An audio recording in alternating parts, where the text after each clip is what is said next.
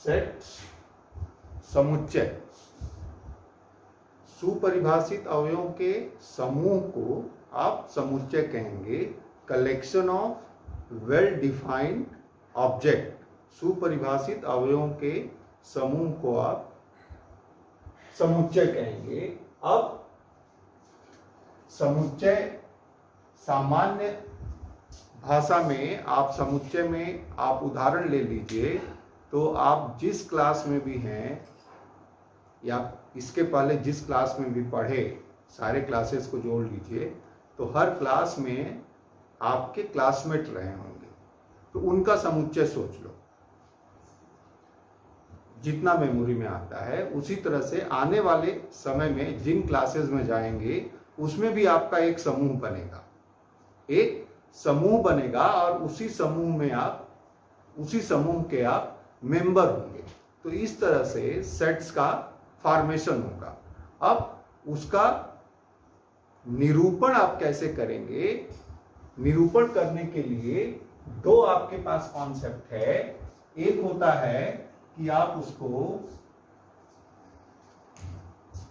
निर्माण विधि से लिख दीजिए, मतलब ये बता दिया जाए कि समुच्चय का निरूपण कैसे हुआ है, कैसे बना है समुच्चय।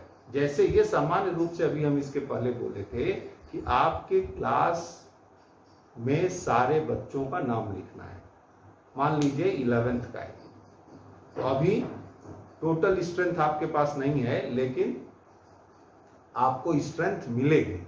तो आप सबका roll number, index number, registration number, कोई न कोई पैरामीटर होगा जिससे सबका कलेक्शन होगा। या 10th में जब आप बोर्ड एग्जाम दिए तो आपके समूह के सारे बच्चों का रोल नंबर बना के बताया गया आपको और उसका यूज हुआ।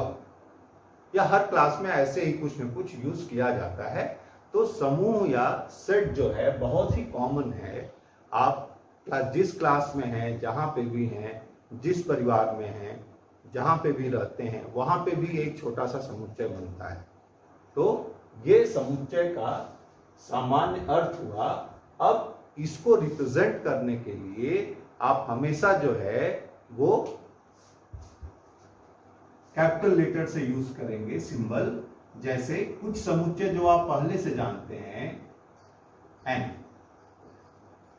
ये पढ़ा होगा लोअर क्लासेस में, प्राकृतिक संख्याओं का समुच्चय, नेचुरल नंबर क्या के बारे में आपको बताया गया होगा, वो प्राकृतिक संख्याएं हैं। उसी तरह से इसके बाद होल नंबर के बारे में बताया गया जो 0 से स्टार्ट होगा। फिर पूर्णांकों के बारे में बताया गया, इंटीजर्स के बारे में बताया गया आपको। उस समूह के बारे में आप जानते हैं कि उसमें कौन आएगा और कौन नहीं आएगा। इसी तरह रेशनल नंबर के बारे में बताया गया, रेशनल नंबर के बारे में बताया गया। और फिर इरेशनल नंबर, परिमेय और अपरिमेय संख्याएं, सबको मिला दिया गया तो वास्तविक संख्याएं बन गई। तो ये सारे समूह जो हैं आपके पास हैं, जो आपके डिस्कशन में इस लेवल तक आपने यूज किया है। तो अलग अलग तरह के समुच्चय हैं।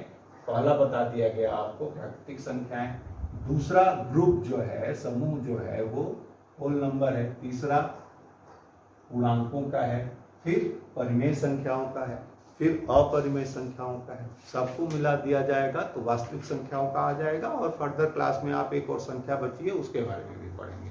तो ये सारे समूह जो हैं वो बेसिक कॉन्सेप्ट है जिसको हम लोग इस लेवल पे डिस्कस करेंगे।